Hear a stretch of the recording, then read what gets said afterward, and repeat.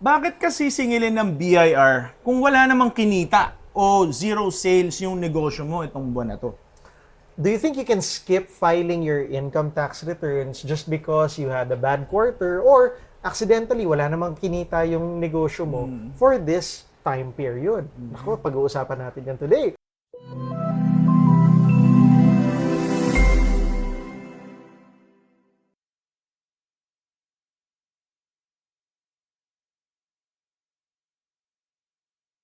Welcome to Legal Guide Philippines, where we simplify the law to help you make better choices. I'm Attorney Erwin Zagala, and I'm with my partner, Attorney Ramon Ramirez. Okay, so today we have a letter from one of our listeners, si Angelina.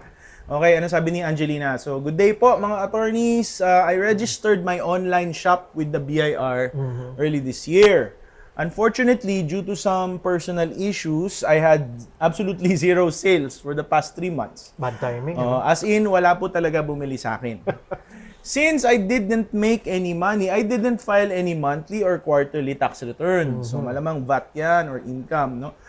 Now, a fellow entrepreneur told me na mape-penalty daw ako. Is that true? Bakit naman ako itatax ng BIR kung wala naman akong kinita? Pa-clarify po sana. Ayan, this is from Angelina. Angelina, this is a really great question. No? So, thank you for writing to us. No? So, ano ang sasagot natin kay Angelina dito? Ako, magandang tanong yan kasi logically speaking, wala naman talaga akong kinita. Tama diba? naman, So yung no? pinagmumulan niya, anong itatax mo? Ano bang itatax mo, di ba? So, guys, no, Angelina, if a business has zero income or zero sales, it is still legally required, the business is still legally required to file a tax return. Okay? So, under our law, we have a legal obligation to file a tax return. And itong legal obligation na to is completely separate from the obligation to pay a tax. Okay? So, dapat nagpa-file ng return whether or not may tax na babayaran.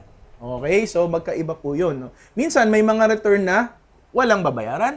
Minsan, may mga return na may babayaran. Okay? Now, So what I'm getting from this, Attorney Ramon, is it's not dependent on maganda ba ang kitaan. Diba? Yes. Iba yung responsibility na mag-report. yes, kailangan nagre-report po tayo, lalo na pag registered taxpayer na tayo, kailangan nagre-report tayo regularly sa BIR whether or not may sales. No? Ang basis nito is, syempre, pag na-issuehan na kayo ng what you call yung COR or Certificate of Registration, BIR Form 2303, no? Syempre, andun na nakalista kung ano yung mga kailangan mong i-file na return sa government regularly, no, whether it's monthly or quarterly, nandun. No, so you have to comply with that, no, regardless of kung may kita o wala. Okay? So that doesn't matter, no? Kahit 1 million, 2 million, 200 million yan, okay. Pero zero, pareho pa rin. Kailangan mag-file ng return. Attorney Ramon, as a tax expert, what do you think is the line of thinking? Ano pinagmumula ng gobyerno Kasi, di ba, obviously, ang ano kasi natin, ang style of tax payment natin is called self-declaration. Okay? Self-declaration tayo. Ngayon, since self-declaration tayo, hindi malalaman ng gobyerno kung kumita ka o hindi eh. Di ba? Hindi porque hindi ka nag-file, zero. Oo, hindi automatic yun. No? So, actually, by filing, let's say you had a bad month, a bad quarter, or whatever, kung hindi mo final na nag-zero sales ka or wala kang kinita, hindi nila malalaman. Di ba? So, baka nga ang inisipin pa nila, oy, baka ayaw mag-report nito. Di ba? Baka malaki kinita nito. No? So, it is your, what do you call this, official statement to them by filing a zero return na wala kayong kinita. Okay? Now, what happens kung, sige, eto na, si Angelina, hindi nag-file or whatever, what happens, no? Na-alarm yung, so the government or the BIR will have their own internal alarm system, no?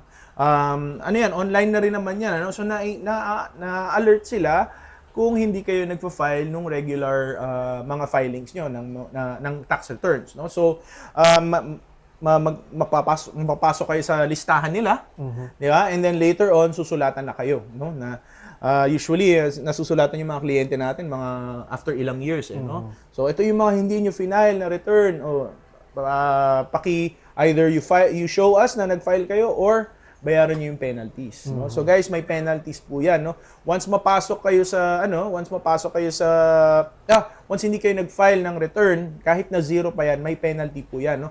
Meron po tayong tinatawag na compromise penalties. No? Baka inisip nyo kasi, 0% naman, zero naman yung tax ko eh. So, walang penalties. Kahit na imposan mo pa ako ng interest or surcharge, zero naman. No? Hindi po ganun. Meron po tayong tinatawag na compromise penalties. Yung compromise penalties po yun, para po yung listahan ng BIR ng mga violations, no? Violations of the tax code na pag violate nyo, meron din pong penalty na ini-impose. Monetary penalty. Kaya siya tinatawag na compromise penalty is imbis na kasuhan kayo ng BIR, no? Imbis na kasuhan kayo sa korte, no? Kasi some of these are criminal offenses, no? So imbis na kasuhan kayo sa korte, bayaran nyo na lang to as a compromise, no? So yun. And non-filing of a zero return may be subject to a compromise penalty. No? So ngayon sabihin natin, maliit lang naman, hindi ako na-file this quarter. Okay, no? But if you're supposed to be filing 3 or 4 returns, let's say it's 1,000 per return, very quickly lalaki yan, no? Very quickly lalaki yung penalty nyo, no? Yung 3,000 this month times, let's say, 12, di ba? Biglang ang laki na, no? All because hindi lang natin na-file, no? And akala natin hindi kailangan gawin. Okay? Now, so, what do you do, no? So, basically, kung zero yung sales nyo for the quarter, for the month, or whatever, no? You need to file a no transaction or zero return, no? So, we call this also nil return, NIL, no? Nil return. You do it through your EBIR forms. And you can find that sa website ng BIR, no? You need to register for that. Once you do that, you do your electronic filing in the EBIR forms, and then ilagay nyo na zero, no? Kung ari income ang pinag-uusapan or gross sales for VAT purposes, ilagay nyo na zero, okay? And then hit submit. And hintayin nyo yung email yung confirmation email na ipadadala ng BIR saying that they have received your return. Okay? Kahit na zero yan, fill up the EBIR form, isubmit nyo, kahit na zero yung nakalagay doon, wait for the confirmation email dahil importante yun as your proof na you filed the form. Pag nakuha mo yung email, safe ka na. Safe ka na. Parang naalala ko yung term na yun, Safe ka na. Safe ka na. Okay.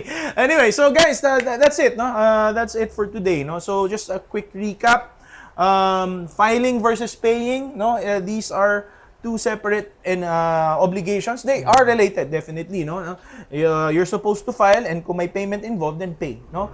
Pero if zero yung payment or zero yung tax due, you still have to file. Okay? Now, stop filer cases or yung mga pag hindi kayo nagpa-file ng returns nyo, kahit na zero returns yan, that is still subject to a penalty, no? Ang tawag dyan, compromise penalty. Pwedeng lumaki yan, depende kung gaano karaming returns ang hindi nyo fina-file. Okay? File your EBIR forms kahit na zero yung transaction, okay? And then, make sure na hintayin nyo yung confirmation email na pinadala ng BIR. Okay? Now, for most of you, this video was more than enough. And if it helps you sleep sounder at night with peace of mind, you're very welcome. Diba? But there will be times that you will need more guidance, especially as your career progresses, your salary grows, and you start earning from other sources. You're gonna hit trickier tax brackets and more complex BIR rules. Yeah, no, if that's you, we do have a library of information, breakdowns, and legal tips waiting for you on our main YouTube channel, Legal Guide Philippines. So just you can just search it on the search bar. No? Ayan. So please like and subscribe and check out our various videos on how your income tax works, how VAT works, what to do with your side hustle, and even how to gain confidence in handling BIR matters without yung usual panic. So, please head over to our channel and make sure to subscribe, click the bell icon so that you'll never miss an episode. But if what you need right now is help with a specific BIR notice or a complex tax assessment, please don't hesitate to consult a trusted advisor. pick someone with the right competence and trustworthiness. But if what you want is a consultation with us specifically, head on over to www.legalaccess.ph. We'll be happy to help you there. Ayan. Okay, so one last thing, guys. A zero-income month is already stressful enough. No? So, don't make it worse by inviting the BIR to fine you or to give you a penalty for a missing piece of paper which could have been easily filed. Writing zero on a form and clicking submit takes less than 5 minutes, but ignoring it can cost you thousands in penalties down the line. Okay? Master the math and the rules of your business compliance today so you can protect yourself and your assets and build a worry-free future. So wasn't that simple? Now go make better choices.